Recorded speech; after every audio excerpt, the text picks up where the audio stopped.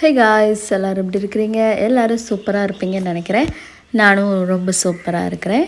இன்றைக்கி இந்த வீடியோவில் நம்ம என்ன பார்க்க போகிறோம் அப்படின்னா, காலையிலே எழுந்திரிச்சு நம்ம ஒரு சின்னதாக ஒரு டெய்லி விலாக் மாதிரி இன்றைக்கி நடக்கிறத ஷூட் பண்ணி போடலாம் அப்படின்னு சொல்லி எனக்கு தோணுச்சு. So that's what I did today. So welcome to my channel. என்னோடய சேனலில் நீங்கள் இப்போ தான் ஃபர்ஸ்ட் டைமாக பார்க்குறீங்க அப்படின்னா சப்ஸ்கிரைப் பண்ணி விடுங்க. நிறைய ஃபேன்சியான சேனல்ஸ்லாம் பார்த்துருப்பீங்க. But this is not like that. So அதையும் சொல்லிடுறேன் முன்னாடியே. ஸோ நீங்கள் இப்போ தான் ஃபர்ஸ்ட் டைமாக பார்க்குறீங்க அப்படின்னா ஒரு சப்ஸ்கிரைப் ஒன்று பண்ணி விடுங்க அண்ட் லைக் ஒன்று பண்ணி விடுங்க. உங்களுடைய கருத்துக்களை கமெண்ட் செக்ஷனில் போடுங்க. காலையில் எழுந்திரிச்சு வந்ததுக்கப்புறமா நான் விறகடுப்பில் சாப்பாடு வச்சதுக்கப்புறமா நிறைய எறும்பு இங்கே பாருங்கள் மேலெல்லாம் கூட வருது. ஸோ இது இந்த விறகுல இருந்து தான் வருது. இதில் பழைய விறகு பார்த்திங்களா, அதனால் அதுக்குள்ளேயே நிறைய விறகு குடும்பம் நடத்திட்டு இருந்தது. அதை எடுத்து அடுப்பில் போட்டு நான் கொல்ல போகிறேன். ஸோ அதனால் நிறைய எறும்பு வந்துகிட்டே இருந்தது. நிறைய எறும்பு இருந்ததுனால கொஞ்சம் பயமாக தான் இருந்தது. ஏன்னா இது கொஞ்சம் கடிக்கிற மாதிரியான எறும்பு. அதுக்கப்புறமா இன்றைக்கி என்ன பண்ணலாம் அப்படின்னு சொல்லி யோசிச்சுட்டு இருக்கும்போது, நான் முந்தானத்து தான் போய் சந்தையில் கொஞ்சம் திங்ஸ் எல்லாம் வாங்கிட்டு வந்திருந்தேன். அதில் வெண்டைக்காய் வாங்கிட்டு வந்திருந்தேன். வெண்டைக்காய் சீக்கிரமாக வாடி போயிடும் பார்த்திங்களா, அதனால் அதை சமைச்சிடலாம் அப்படி சொல்லி பிளான் பண்ணி எல்லா திங்ஸுமே ரெடி பண்ணி வச்சுருந்தேன். எனக்கு சிம்பிளாக தான் சமைக்க தெரியும். ஸோ அதனால் நான் அதெல்லாம் ரெடி பண்ணி வச்சுருந்தேன். இந்த மண்பானையில் தான் நம்ம சமைக்க போகிறோம். ஸோ யூஸ்வலாக நான் கேஸில் சமைப்பேன். பட் ஆனால் இப்போ ரொம்ப நாளாகவே நான் எனக்கு கேஸில் சமைக்கிறத விட இந்த மாதிரியான ஓப்பன் ஸ்பேஸில் சமைக்கிறது தான் எனக்கு அவுட் சைட் கிச்சனில் தான் ரொம்ப பிடிச்சிருக்கு. ஸோ அதனால் நான் மண்பானை ஒரு 2 மண்பானை இருக்குது. ஒன்று சாப்பாடு வைக்கிறதுக்கு, ஒன்று குழம்பு வைக்கிறதுக்கு. அது அப்படியே நான் சாப்பாடு ரெடி ஆகிட்டு இருக்குதா, ரெடி ஆனதும் அதுக்கப்புறமா அதை வடிச்சிட்டு நம்ம குழம்பு பண்ணலாம். இந்த வீடியோவுக்கு பேக்ரவுண்ட் மியூசிக் ஏதாவது கொடுக்கலான்னு நினச்சேன். பட் ஆனால் ஒன்லி நான் பேசுகிறதே கொஞ்சம் நல்லா தான் இருக்குது, என்னோடய வாய்ஸே நல்லா தான் இருக்குது அப்படிங்கிறத நான் பிலீவ் பண்ணிக்கிட்டேன். அதனால் இதுக்கு பேக்ரவுண்ட் மியூசிக்லாம் எதுவுமே இல்லை. அதுவுமே ரொம்ப டிஸ்டர்பன்ஸாக இருக்கும். அதுக்கப்புறமா எங்கள் வீட்டில் நிறைய ஆமணக்கு இருந்தது. அதை அம்மா அதை படைச்சி எடுத்து வச்சுட்டு இருந்தாங்க. ஏன் அப்படின்னா அது பண்ணுனா அப்படின்னா அதுலேருந்து எண்ணெய் எடுக்கலாம் அப்படிங்கிற மாதிரி சொல்லியிருந்தாங்க. ஸோ அதனால் அதை எடுத்து அம்மா ரெடி பண்ணிகிட்டு இருந்தாங்க. அதுக்கப்புறம் நான் அடுப்பில் இருந்து சாப்பாடு ரெடி ஆகிடுச்சு. அதுக்கப்புறமா அதை வடிக்கலாம் அப்படின்னு சொல்லிட்டு மண்பானையிலே செஞ்ச மூடி ஒன்று இருக்குது. அந்த மூடியை போட்டு இந்த கையில் வச்சுருக்கிற கறித்துணி என்னுடைய பழைய ஷர்ட்டு. அதுக்கப்புறமா அதை கறித்துணியாக யூஸ் பண்ணிக்கிட்டேன்.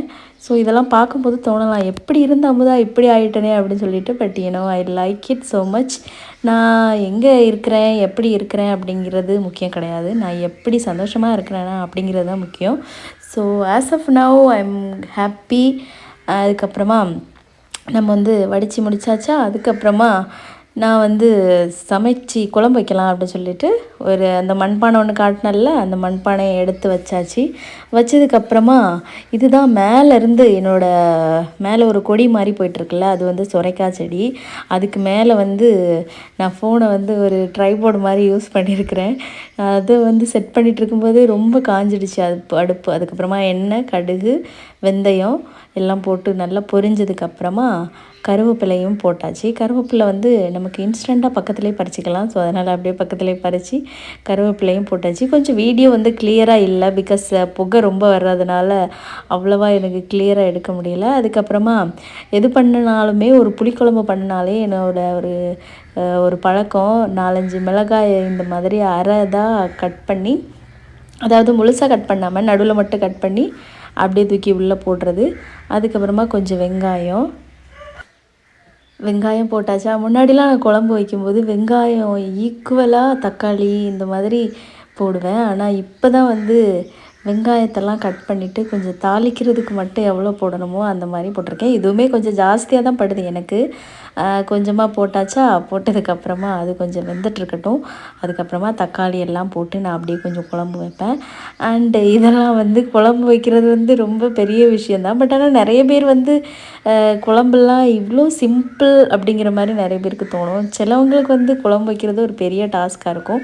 பட் எனக்கு ரெண்டும் கெட்டா மாதிரி, சில நேரங்களில் சில குழம்பு நல்லா வரும், சில நேரத்தில் நல்லா வராது.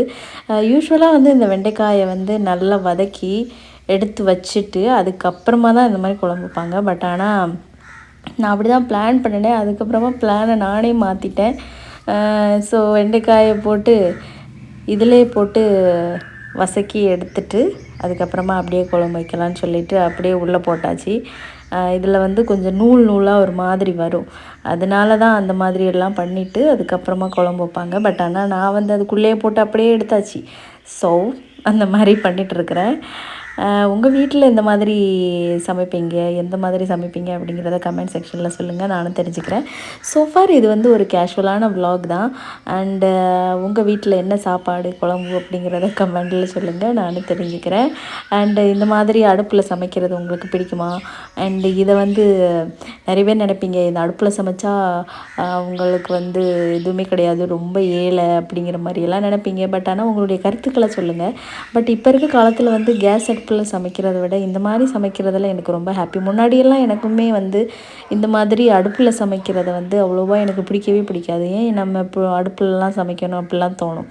பட் ஆனால் எங்கள் வீட்டில் வந்து கேஸ் அடுப்பு வந்து கொஞ்சம் உயரமாக இருக்கும். அதனால் எனக்கு இங்கே வந்து உட்காந்துருந்தே சமைக்கலாம். அதனால் என்னவோ தெரியலை, எனக்கு இங்கே சமைக்கிறது ரொம்ப பிடிக்கும். இப்போ வந்து 2 மண்பானை இருக்கிறதுனால எனக்கு வந்து ஈஸியாக சமைக்கிறது ரொம்ப பிடிச்சிருக்கு.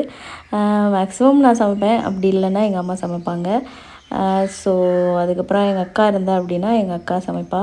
இப்போ வந்து எங்கள் அக்கா ஊருக்கு போயிருக்கிறா. அதனால் வந்து நான் தான் எங்கள் வீட்டு செஃப். சம்டைம் எங்கள் அம்மா வந்து சமைப்பாங்க.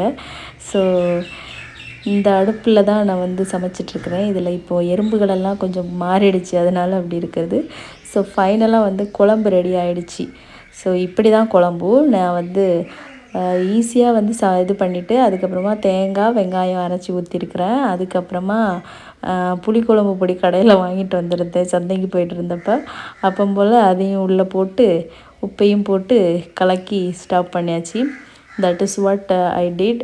இதுதான் நம்ம ஊர் குழம்பு. ஈஸியாக சிம்பிளாக வச்சுருக்கிறேன். நான் என்ன பண்ணுறேனோ அதை தான் எங்கள் அம்மா சாப்பிட்டே ஆகணும், வேறு வழியே இல்லை. அண்ட் அதுக்கப்புறமா வந்து இது வந்து சாப்பாடு வந்து காலையிலே பண்ணிட்டேன்ல, ஃபஸ்ட்டு குழம்புக்கு முன்னாடி சாப்பாடு ரெடி பண்ணியாச்சு. இந்த அரிசி வந்து ரொம்ப பெருசாக இருக்கும். நிறைய பேர் வீட்டில் வந்து சின்னதாக இருக்கும். பட் இது வந்து நம்ம வயல்லே வந்து ரெடி பண்ண, அதாவது நம்ம வயல்லே விளைஞ்ச அரிசி. இது வந்து அம்பே பானார் அப்படின்னு சொல்லிட்டு சொல்லுவாங்க. அம்பே 16 அப்படிங்கிற மாதிரி சொல்லுவாங்க. பேச்சு வழக்குக்கு அம்பே பானார்னு சொல்லுவாங்க. ஸோ அது ரெடி ஆகிடுச்சா. அதுக்கப்புறமா மதிய நேரம் ஆச்சு. அதுக்கப்புறமா எனக்கு திடீர்னு தோணுச்சு, நம்ம ஏன் பூரி பண்ணக்கூடாது அப்படின்னு சொல்லி தோணுச்சு.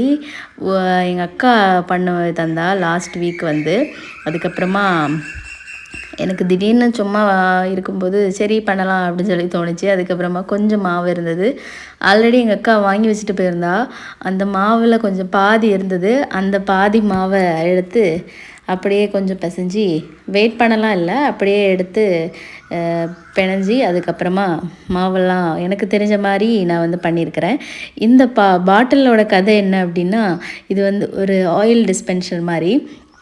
இது வந்து நான் எஸ்எம்எஃப்ல சென்னையில் வேலை பார்க்கும்போது அவங்க வந்து இந்த மாதிரி இயர்லி ஏதாவது ஒரு ஃபவுண்டேஷன் டே, அப்புறமா ஏதாவது ஆயுத பூஜை இந்த மாதிரிலாம் வரும்போது அவங்க கிஃப்ட் கொடுக்கறது வந்து வழக்கமான ஒன்று. அதில் கிஃப்ட் கொடுத்தது தான் இந்த மாதிரி ஒரு பாத்திரம். அது மாதிரி எஸ்எம்எஃப்ல நான் ஒர்க் பண்ணும்போது ஒரு 3.5 இயர்ஸ் வந்து நான் ஒர்க் பண்ணேன். அப்போ போல் வந்து நிறைய பொருள் வந்து கொடுத்துருக்குறாங்க. இந்த மாதிரி பொருள், அதுக்கப்புறமா நிறைய கிளாஸ் ஐட்டம்ஸ்லாம் கொடுத்துருக்குறாங்க. பட் அதெல்லாம் நான் தேடி பார்த்தா எங்கள் வீட்டில் எங்கே இருக்குன்னே தெரியல. சில நேரங்களில் அது சம்டைம்ஸ் உடஞ்சி போயிருக்கலான்னு நினைக்கிறேன், பட் தெரியலை. அதுக்கப்புறமா இதோட ஸ்டோரி சொல்கிறேன்னு கேளுங்க. இது வந்து நான் வடை பண்ணுறதுக்காக வாங்கின பாத்திரம் தான் அது. அதுக்கப்புறமா இப்போ எண்ணெய்லாம் ரொம்ப சூடாக ஆயிடுச்சு. அதுக்கப்புறமா ஃபர்ஸ்ட் டைமாக போட்டு பார்க்குறேன். எங்கள் அக்கா அளவுக்கு எனக்கு பண்ண தெரியாது, பட் ஸ்டில் நம்ம ட்ரை பண்ணுறது ஒன்றும் தப்பு இல்லையா அப்படி சொல்லிட்டு ட்ரை பண்ணுறேன். பட் இது எப்படி வந்தாலும் நான் சாப்பிட்டு தான் ஆகணும். ஓகே, இதுதான் எங்கள் வீட்டில் ஃபர்ஸ்ட் டைமாக நான் தனியாக வந்து பூரி போடுறது. நான் சவுதியில் இருக்கும்போது வந்து பூரி பண்ணியிருக்கேன். எப்போயாவது தான் பண்ணுவேன். அதுவுமே எனக்கு வந்து சப்பாத்திலாம் பிடிக்காது. அதனால் நான் வந்து எப்போயாவது பூரி பண்ணுவேன். எனக்கு வந்து ஆல்மோஸ்ட் நான் வந்து தோசை லவ்வர். அதனால் நான் எப்போவுமே வந்து தோசை தான் வந்து சாப்பிடுவேன். தோசை, அப்புறமா இட்லி கூட சாப்பிடவே மாட்டேன். ஒன்லி தோசை, அதுக்கப்புறமா ரைஸ், அவ்வளோதான் நம்மளோட கதை. ஸோ ஃபர்ஸ்ட் டைமாக வந்து நம்ம வீட்டில் வந்து பூரி போட்டாச்சு. போட்டது எனக்கு ரொம்ப ஹாப்பி. அதுக்கப்புறமா அதுக்காக ஒரு பாத்திரம் வச்சுருந்தேன், அதில் போட்டு எடுத்து வச்சாச்சு. அண்டு இதுதான் எங்களோட கிச்சன். எங்கள் ஹோம் டூர், எங்கள் வீட்டோட ஹோம் டூர் வேணும் அப்படின்னா கமெண்ட் செக்ஷனில் சொல்லுங்கள். நான் வந்து ஹோம் டூர் போடுறேன். நெக்ஸ்ட் வீடியோவில் வந்து நான் வந்து ஒரு சூப்பரான ஒரு வீடியோ போடலான்ட்டு இருக்கிறேன். என்ன வீடியோ அப்படின்னா, என்னுடைய ரூமோட டூர் வந்து உங்களுக்கு போடுறேன். என்னுடைய அழகான ரூமை நான் வந்து அழகாக உங்களுக்கு ப்ரெசன்டேஷன் பண்ணலாம் அப்படின்னு சொல்லிட்டு இருக்கிறேன். ஸோ உங்களுக்கு அந்த வீடியோ வேணும் அப்படின்னா கமெண்ட் செக்ஷனில் போடுங்க. அண்டு நம்மளோட சேனலில் நீங்கள் இப்போ வீடியோ பார்த்துட்ருக்கீங்க அப்படின்னா, எவ்வளோ நாளாக என்னோடய சேனலை பார்த்துட்ருக்கீங்க, எவ்வளோ நாளாக வந்து இந்த சேனலில் நீங்கள் கவனிச்சிட்ருக்கீங்க அப்படிங்கிறத கமெண்ட் செக்ஷனில் சொல்லுங்கள். ஸோ எனக்கு தெரிஞ்சுக்கணுன்னு ஒரு சின்ன ஒரு ஆசை. அண்டு ஸோஃபார் இந்த வீடியோவில் நான் இவ்வளோ தான் வந்து ஒரு சிம்பிளான ஒரு விலாகு, சும்மா தானே வீட்டில் இருக்கிறேன், அதனால் ஒரு நான் என்ன பண்ணுறேன் அப்படிங்கிறத ஒரு வீடியோ எடுத்து போடலாம் அப்படின்னு சொல்லி தோணுச்சு. இந்த வீடியோவில் நிறைய வளவலான்னு பேசியிருப்பேன். பட் நமக்கான ஸ்பேஸ் இருக்குது, ஆப்பர்ச்சுனிட்டி இருக்குது. ஸோ அதை யூட்டிலைஸ் பண்ணிக்கலாம் அப்படின்னு சொல்லிட்டு தான் சின்ன சின்ன வீடியோக்கள்லாம் பண்ணுறது. ஸோ இதில் தவறாக ஏதாவது இருந்ததுன்னா please forgive that. Okay, so இப்போ வந்து பூரியெல்லாம் இவ்வளோ பண்ணிவிட்டு நான் வரேன். டோட்டலி ஒரு 14 பூரிஸ் தான் நான் வந்து பண்ணினேன். பண்ணும்போது புஷ்ஷுன்னு இருந்தது. கொஞ்ச நேரம் கழித்து பார்த்தா அந்த புஷ்னஸ் போயிடுச்சு. கடைகளில் இருக்கும்போது புஷ்ஷுன்னு இருக்குது, ஏன்னு தெரியல, எதை கலப்பாங்கன்னு தெரியல. பட் ஆனால் நம்ம கலந்தது என்னவோ ஒன்லி உப்பும் அப்புறமா இந்த கோதுமை மாவும் தான். ஸோ ஃபார் இந்த வீடியோ முடிஞ்சிடுச்சு. தேங்க்யூ ஃபார் வாட்சிங் காய்ஸ். சப்போர்ட் பண்ண